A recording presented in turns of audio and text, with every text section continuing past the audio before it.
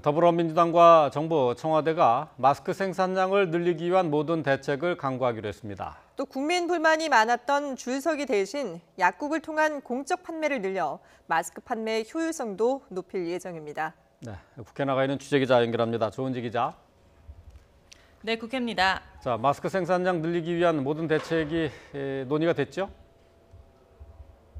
네, 민주당과 정부, 청와대가 오전 7시부터 1시간 넘게 논의한 결과 일단 수출 물량을 없애고 주말 생산까지 독려하자 이런 결론이 나왔습니다. 오늘 당정청 회의에서 이낙연 코로나19 재난대책안전위원장은 마스크 문제는 훨씬 비상하게 대처해야 한다면서 이른바 4원칙을 제시했습니다.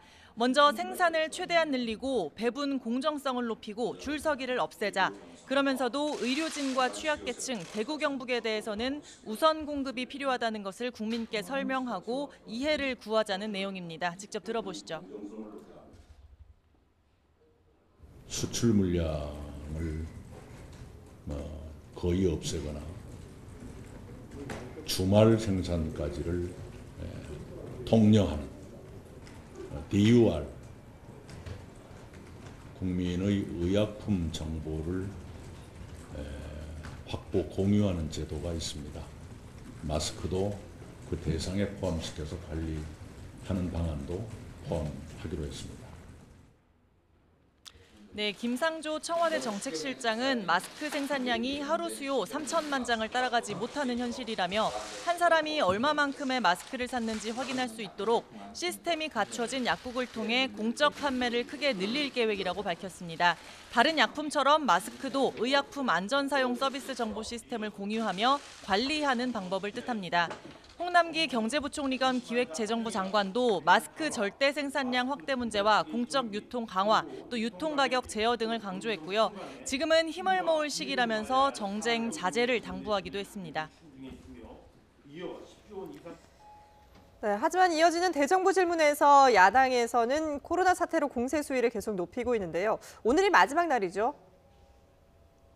네, 대정부 질문 3일째인 오늘 교육사회 문화 분야가 주제입니다. 역시 코로나 사태를 둘러싸고 야당의 강도 높은 공세가 예상되는데요.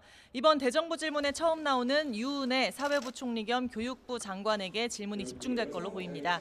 각급 학교의 개학 연기 상황부터 방역 대책 또 향후 학사 관리까지 주제가 광범위합니다.